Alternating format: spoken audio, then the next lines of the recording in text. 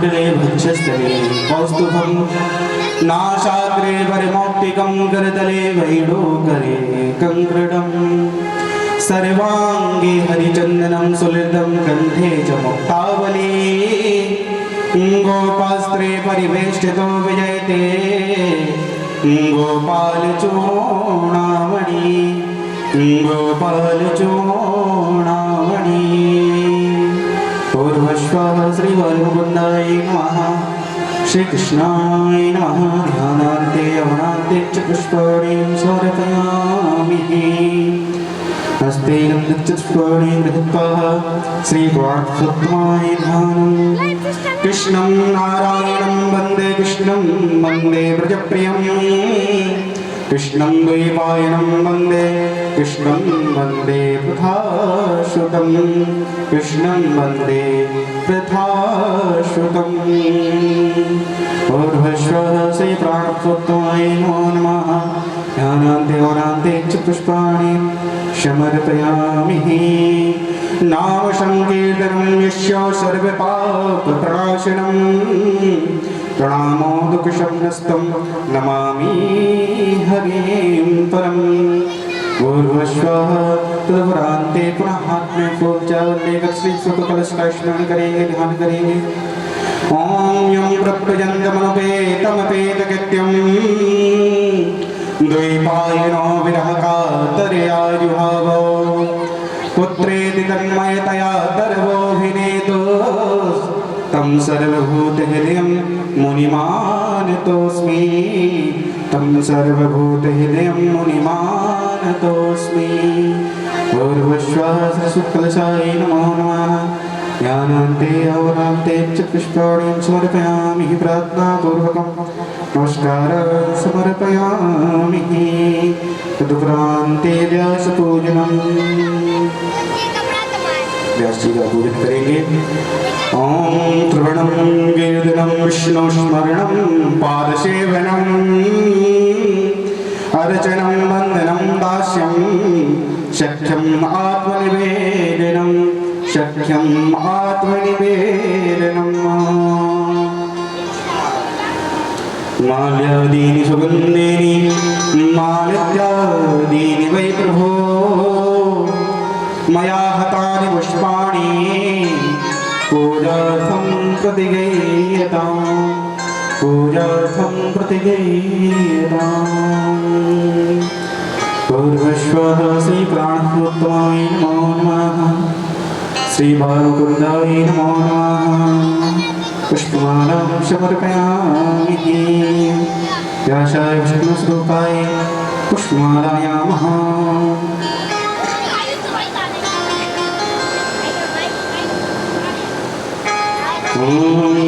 हे राम पुरुषोत्तम हरे नारायण केशवा गोविंद गरुणध्वज गुणनिधे दामोदरा माधव हे कृष्णा कमलापते यदुपते सीतापते श्रीपते वैकुंठाधिपते चराचरपते लक्ष्मीपते पाहि मां लक्ष्मीपते पाहि मां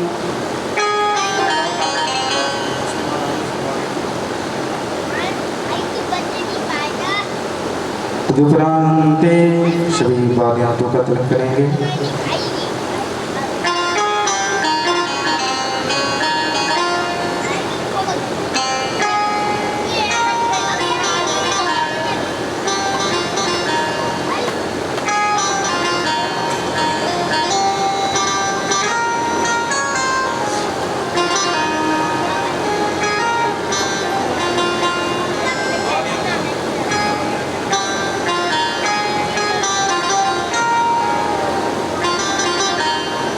ओम श्री सृष्टे नमः या कुंदेन्दुतुषार हार धवला या शुभ्रवस्ताव्रता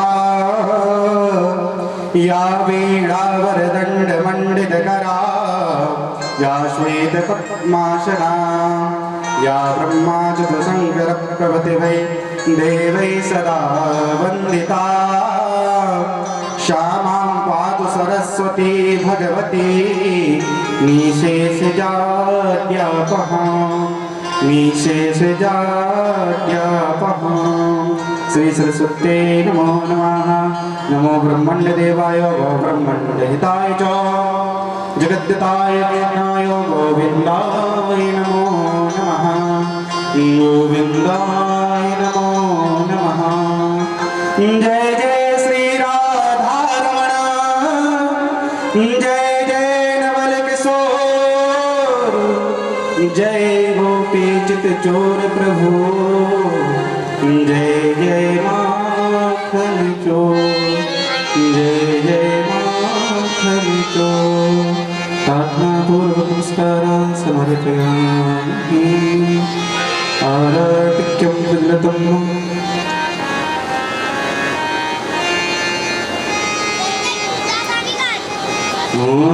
जले ज्वाला थले ज्वाला ज्वाला पर्वतमस्तके त्रैलोक्यव्यापिनी ज्वाला ज्वाला देवी नमोस्तुते। ज्वालामालिनी नमः निग्रहायै नमः। हरि ओम्। इदं हविः प्रजाननं मे अस्तु सवीरगुं सर्वगणगुं हस्ते आत्मसनि प्रजासनि पशुसनि लोकसनि भयसनि अग्निं प्रजां बहुलां मे करोद्वन्नं पयोरेतु अश्माशु धत्त।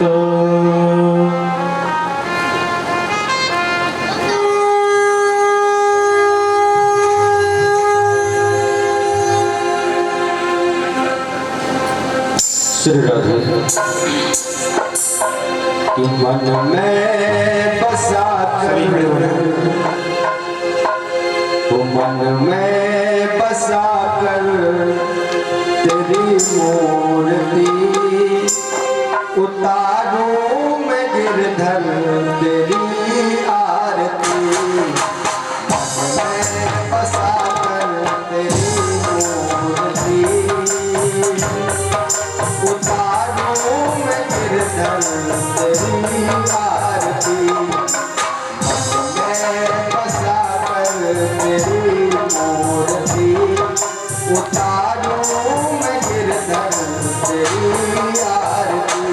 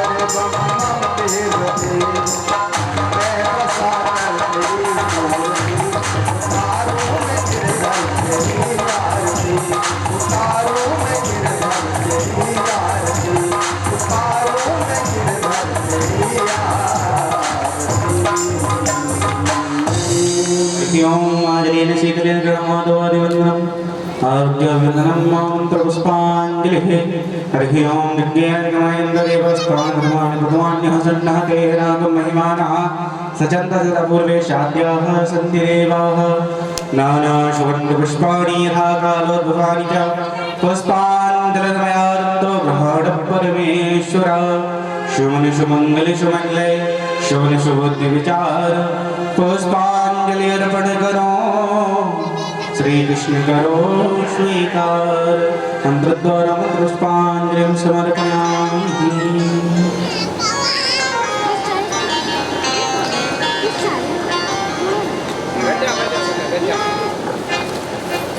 पूरी वृंदावन बिहारी लाल की, राधा रानी सरकार की जय, श्री सद्गुरुदेव भगवान की जय जय। जय श्री राधे श्याम।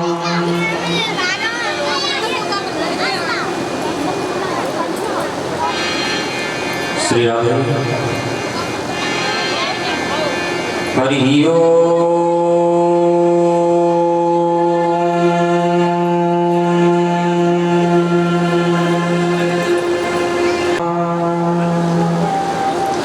श्री राधा कृष्णाभ्यां नमः।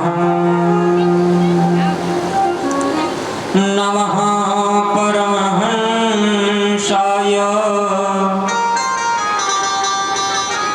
स्वाधित चरण कमल चिन्मकरंदाय भक्त जन मानस निवासाय श्री रामचंद्राय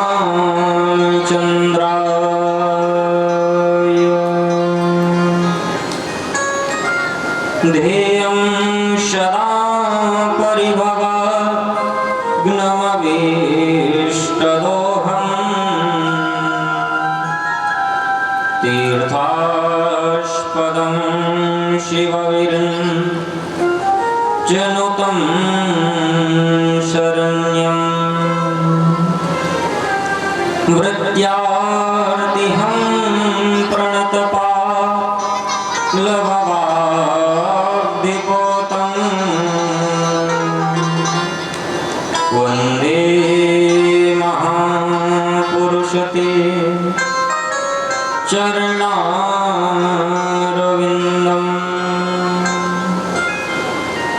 वंशे विभूषितकरा नवनीरदाभा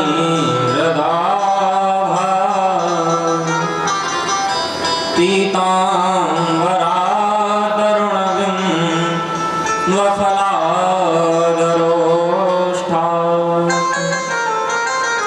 पूर्णेन्दुसुन्दरमुखा दरविन्दनेत्रा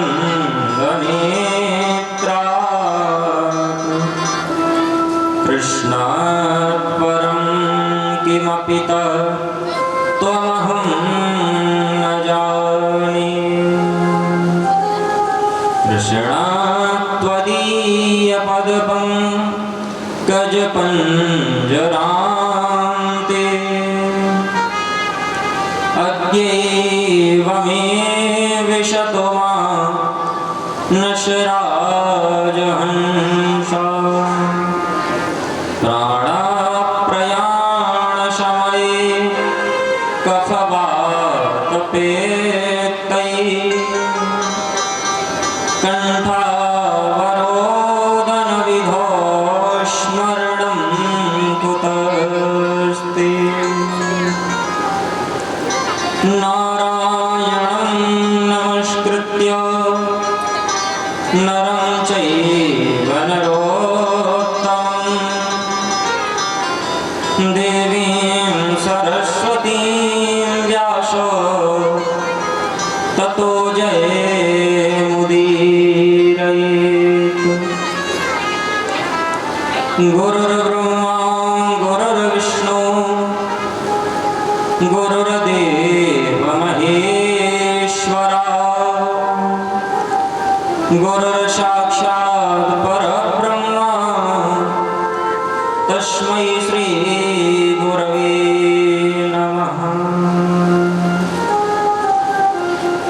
जय जय श्री राधारमण, जय जय नवल किशोर, जय गोपी चित चोर प्रभु, जय जय माखन चोर।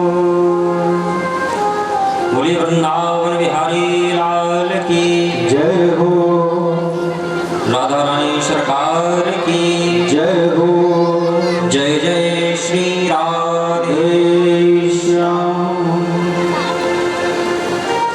आइए, कथा में प्रवेश करने से पूर्व सभी लोग मिलकर के कुछ क्षण भगवान का नाम लेते हैं, उसके पश्चात कथा में प्रवेश किया जाएगा।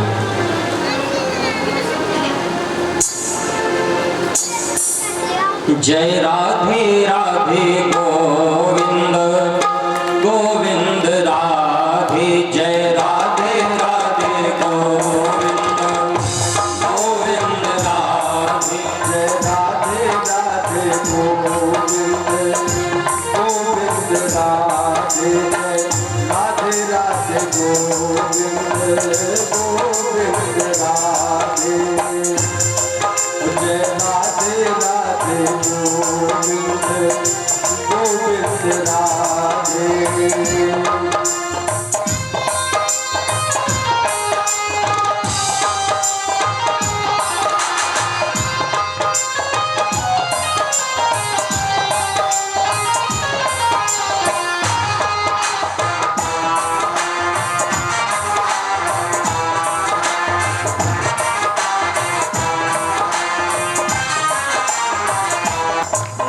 गोविंद राधे राधे गोपाल राधे, गोविंद राधे राधे गोपाल राधे, गोविंद राधे राधे गोपाल राधे, गोविंद राधे राधे गोपाल राधे, जय राधे राधे गोविंद गोविंद राधे, राधे राधे गोविंद गोविंद राधे।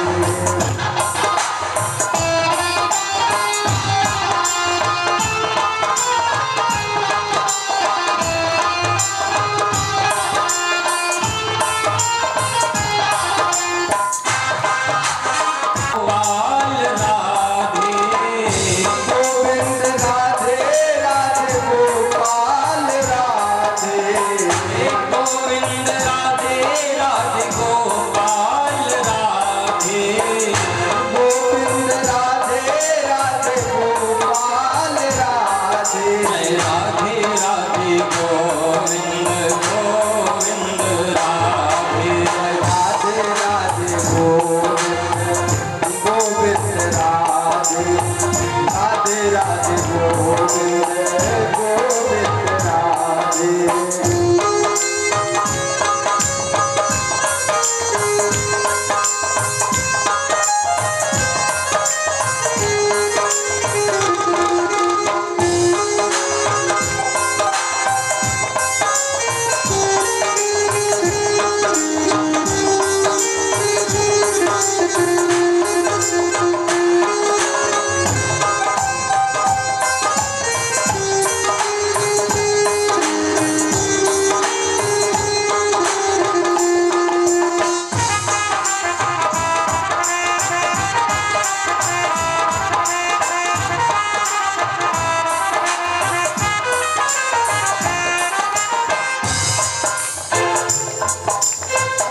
गोविंद राधे राधे गोपाल राधे, गोविंद राधे राधे गोपाल राधे, गोविंद राधे राधे गोपाल राधे, गोविंद राधे राधे गोपाल राधे, जय राधे राधे गोविंद गोविंद राधे, राधे राधे गोविंद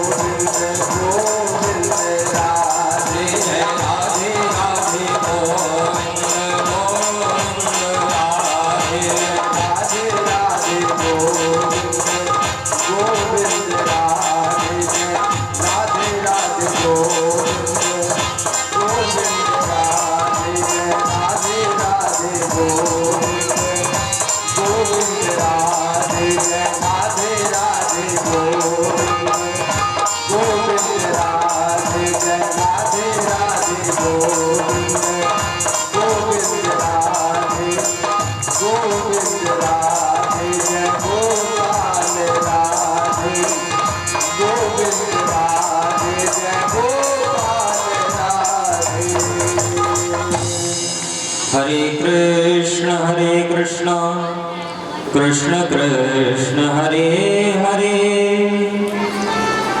हरे राम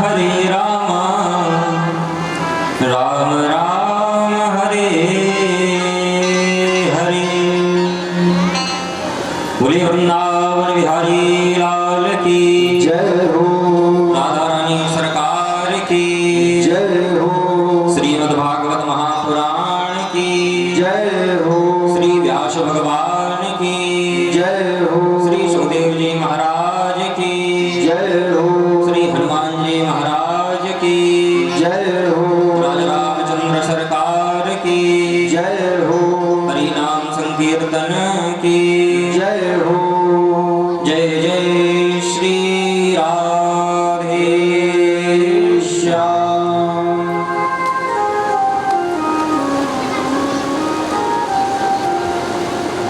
अनंत कोटि ब्रह्मांड नायक अचिंत कल्याण गुणगण निधान सर्वेश्वर सर्वाधिपति अकारण करुणाकारक सकल जन कलमसापहारक जगदेक बंधु करुणैक सिंधु श्री परब्रह्म परमात्मा के युगल चरणारविंदों में बारंबार प्रणाम करते हुए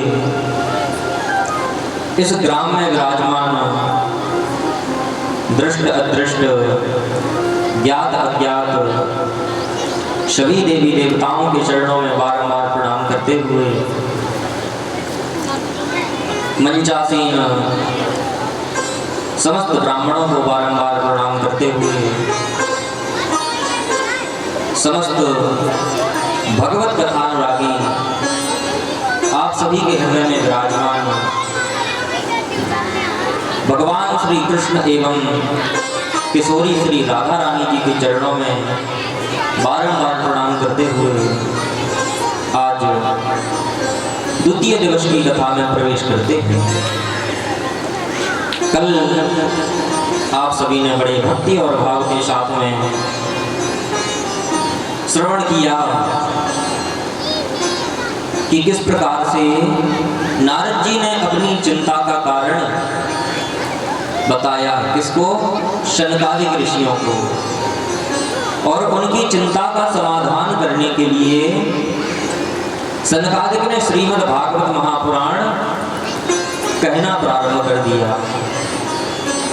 जिसके प्रभाव से वृंदावन में मूर्छित पड़े ज्ञान वैराग्य पुनः नवीन अवस्था को प्राप्त कर गए,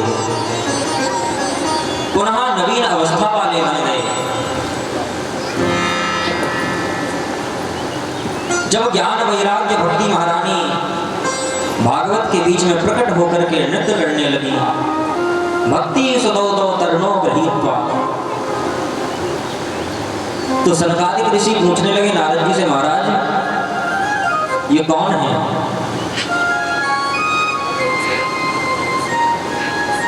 नारद जी बोले यही तो यजमान है, इन्हीं के लिए हम कथा करवा रहे हैं, यही ज्ञान वैराग्य है।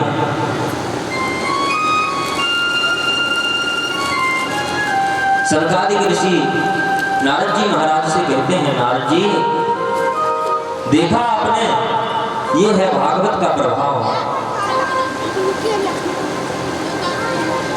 ये है भागवत का प्रभाव।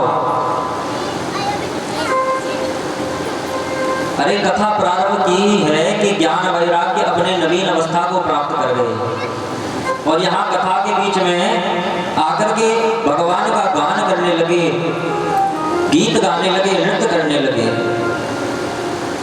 नारद जी महाराज बोले, हाँ ऋषियों, हम समझ गए कि भागवत का प्रभाव क्या है।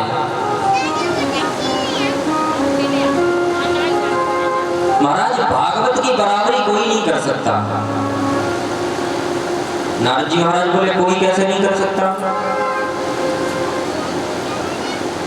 अच्छा कुछ भागवत, कोई भी तीर्थ भागवत की बराबरी नहीं कर सकता? बोले महाराज नहीं कर सकता। कौन कौन? तो सनकादिक ऋषि कहते हैं, न गंगा न गया काशी पुष्करम चा प्रयागकम। न गंगा, बोले महाराज गंगा भागवत की बराबरी नहीं कर सकती। अरे गंगा भागवत की बराबरी क्यों नहीं कर सकती? गंगा तो पतित पावनी है। कितना भी घनघोर पापी हो और गंगा जी में जाकर के स्नान कर ले, उसके समस्त पाप नष्ट हो जाते हैं। तो गंगा भागवत की बराबरी क्यों नहीं कर सकती? तो एक बार गंगा मैया भगवान के पास पहुंची, बोले प्रभु हम आपके श्री चरणों से निकले हैं और ये सांसारिक जन जो हैं हम में स्नान करके चले जाते हैं, अपने पाप हमारे भीतर छोड़ जाते हैं, लेकिन हमारे पाप कैसे दूर हों? तो भगवान बोले गंगा तुम चिंता मत करो, जिस दिन कोई संत महापुरुष तुम में आकर के स्नान कर जाएगा उस दिन तुम्हारे पाप नष्ट हो जाएंगे। और महाराज संत कहां से होते हैं? तो इसी भागवत को सुन करके तो संत बनते हैं लोग। भागवत को सुन के ही लोग साधु संत बनते हैं। तो गंगा भागवत की बराबरी नहीं कर सकती। और कौन नहीं कर सकता? न गया। महाराज गया क्यों नहीं कर सकती? अरे शास्त्रों में तो ये कहा गया है कि गया जी में जिसके पिंडदान हो जाएं उसको तुरंत मुक्ति मिल जाती है। तो गया बराबरी क्यों नहीं कर सकती? बोले जिस व्यक्ति की मुक्ति गया में पिंडदान करने से भी नहीं होती, उसकी मुक्ति भागवत कथा सुनने से हो जाती है। आगे सुनने को आपको धुंधकारी का चरित्र मिलेगा कि जिन व्यक्तियों की मुक्ति गया में श्राद्ध करने से नहीं होती, उनकी भागवत सुनने से मुक्ति हो जाती है।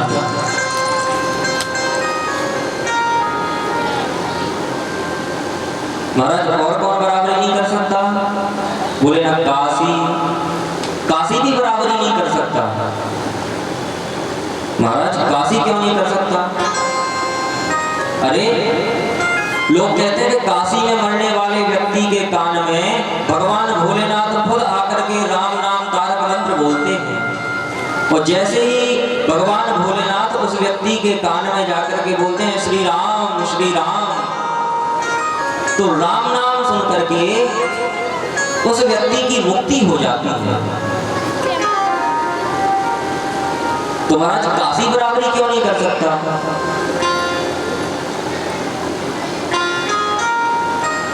तो काशी में मुक्ति पाने के लिए हमें वहां जाकर के मरना पड़ेगा, तब मुक्ति होगी। लेकिन भागवत को सुनने से तो जीते जी मुक्ति मिल जाती है। भागवत को सुनने से जीते जी मुक्ति मिल जाती है, इसीलिए काशी भी भागवत की बराबरी नहीं कर सकता।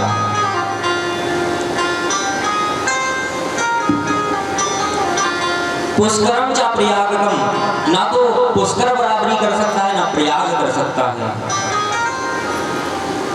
महाराज प्रयाग क्यों नहीं कर सकता? अरे प्रयाग में तो गंगा मैया है, यमुना है, त्रिवेणी का संगम है, प्रयाग बराबरी क्यों नहीं कर सकता? गोस्वामी रामायण में लिखते हैं कि राम कथा जहि स्वर सरि धारा, सरसहि ब्रह्म विचार प्रचारा।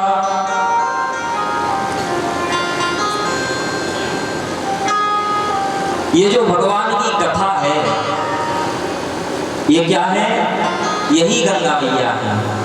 बोले महाराज कथा तो हो गई गंगा, यमुना कहाँ है? तो विधि निषेधमय कलिमल हरणी, और कर्म कथा रविनंदनी वरणी। बोले जब आप कथा सुनोगे तो कथा में सुनने को मिलेगा कि क्या करना चाहिए क्या नहीं करना चाहिए। जो करना चाहिए वो विधि है, और जो नहीं करना चाहिए वो क्या है? निषेध। तो ये जो विधि और निषेध है, यही श्री सूर्य की पुत्री श्री यमुना मैया है। हरिहर कथा विराजत वेनी, और सुनत सकल मुद मंगल देनी। और ये जो हरि और हर की कथाएं हैं, देखो हरि में और हर में अर्थात नारायण में और भोलेनाथ में कोई फर्क नहीं है।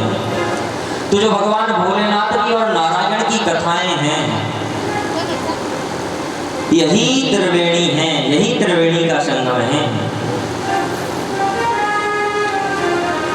किसी ने कहा महाराज प्रयाग में तो एक और विशेष चीज है। प्रयाग में क्या है? बट वृक्ष है। तो आपकी भागवत में बट वृक्ष कहाँ है ये बताओ। तो संत जन कहते हैं नहीं, कथाओं में भी बट वृक्ष है कि बट विश्वास अचल निज धर्मा, और तीर्थ राज प्रयाग सुकर्मा।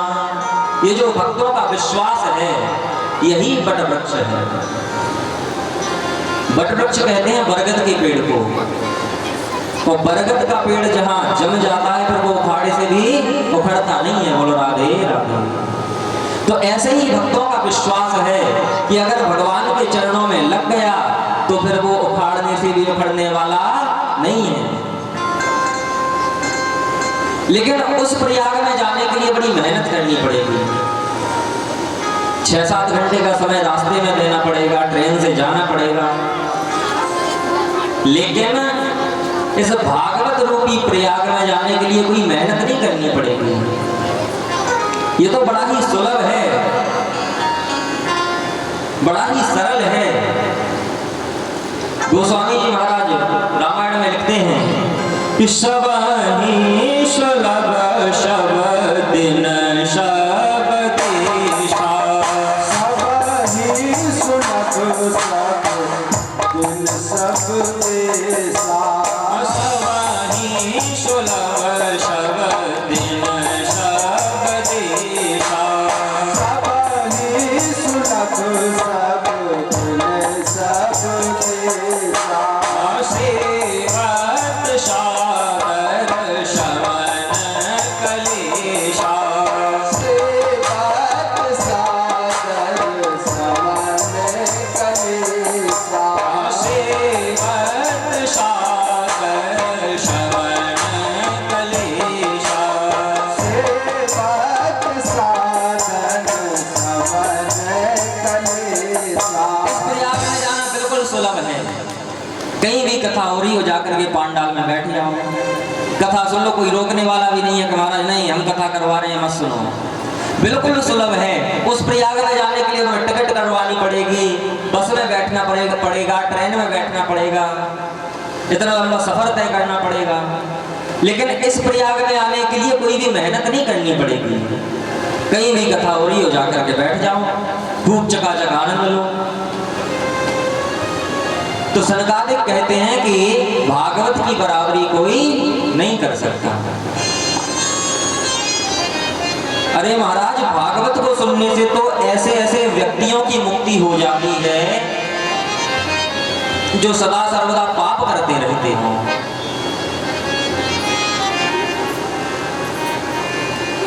सनकादिक ऋषि नारद जी से कहते हैं, नारद जी आपको एक पुराना इतिहास सुनाते हैं।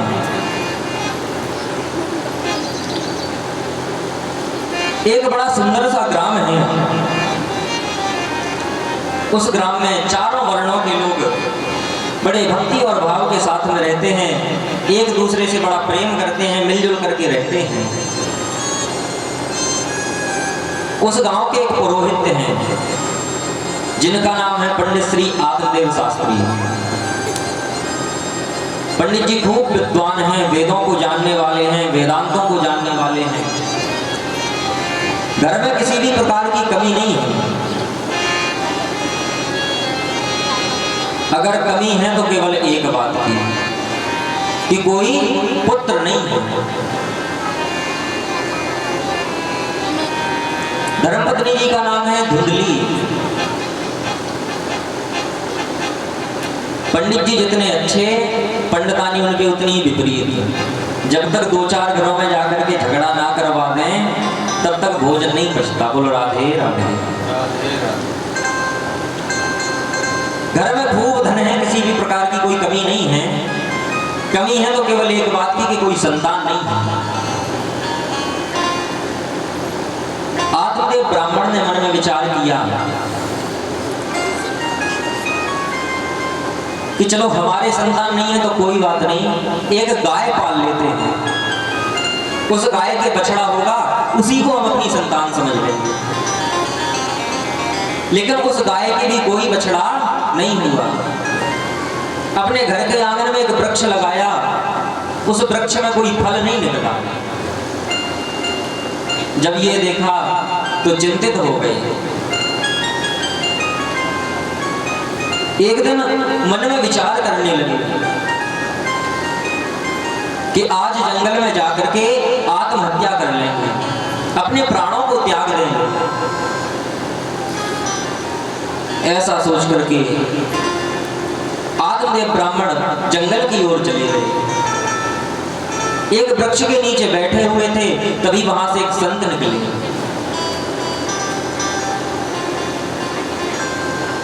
संत निकले, संत ने आत्मदेव ब्राह्मण से पूछा, महाराज कौन हो? अरे क्यों चिंतित बैठे हुए हो? आत्मदेव ब्राह्मण बोले, महाराज मेरा नाम आत्मदेव है। अरे बगल के गांव से ही आया हूं महाराज, कोई संतान नहीं है इसलिए चिंतित बैठा हुआ हूं। अरे प्रातःकाल कोई हमें देख लेता है तो हमें देख करके थूक देता है।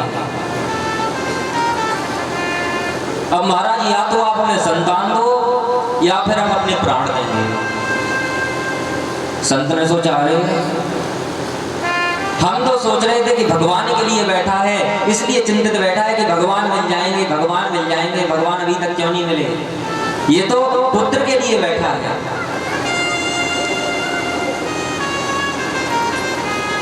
संत ने खूब समझाया, अरे महाराज क्या रखा है संतान में? अरे सगर राजा के 60,000 पुत्र थे, उनको क्या पुत्र सुख प्राप्त हुआ? नहीं हुआ। अरे भगवान का भजन करो, भगवान के भजन में सार है। लेकिन जिसको जो लगन लगी हो वही लगी रहती है। आत्मदेव ब्राह्मण बोले, महाराज अब तो पुत्र लेकर ही जाएंगे। ब्राह्मण ने, संत ने आंखें बंद करके देखा तो आत्मदेव ब्राह्मण के 7 जन्मों तक कोई संतान नहीं थी। खूब समझाया, अरे ब्राह्मण आप लौट जाओ घर को, क्या करोगे पुत्र का? किंतु आत्मदेव ब्राह्मण ने एक ना माना। बोले, महाराज या तो पुत्र दो या फिर हम आपके आश्रम में अपने प्राणों को त्याग देंगे।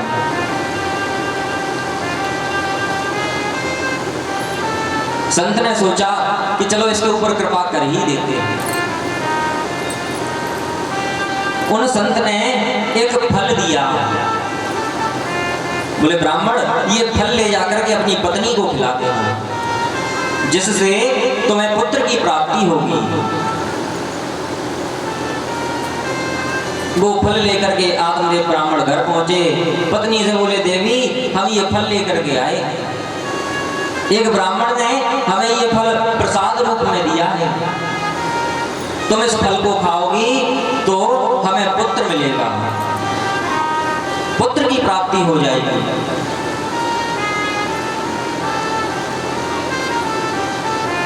धुंधली ने जब ये सुना कि फल खाने से पुत्र हो जाएगा तो फल लेकर के एक अलमारी में रख दिया। उसी समय उसकी एक बहन आ गई। बहन से पूछने लगी, अरे बहन आज हमारे स्वामी जी एक फल लेकर के आए हैं, कह रहे थे कि इस फल के खाने से हमें पुत्र मिलेगा, क्या ऐसा हो सकता है? उसकी बहन बोली, क्यों नहीं हो सकता? अरे संतों का प्रसाद है और संतों का प्रसाद कुछ भी कर सकता है। प्रसाद का काम क्या है? प्रसाद का काम है विषाद को मिटाना। प्रसाद आप लेते हो तो प्रसाद साक्षात भगवान का स्वरूप है। तो संत का प्रसाद है, कुछ भी हो सकता है। बहन खूब समझाया। अब वो मन में विचार करने लगी, अगर हमने गर्भ धारण कर लिया तो फिर पेट बड़ा हो जाएगा, हमारी सुंदरता कम हो जाएगी, और मान लो घर में आग लग जाए तो हम फिर भाग नहीं पाएंगे, सब भाग जाएंगे, हम यहीं जल के मर जाएंगे। ऐसे ऐसे विचार मन में आने लगे। तब उसकी बहन बोली, तो चिंता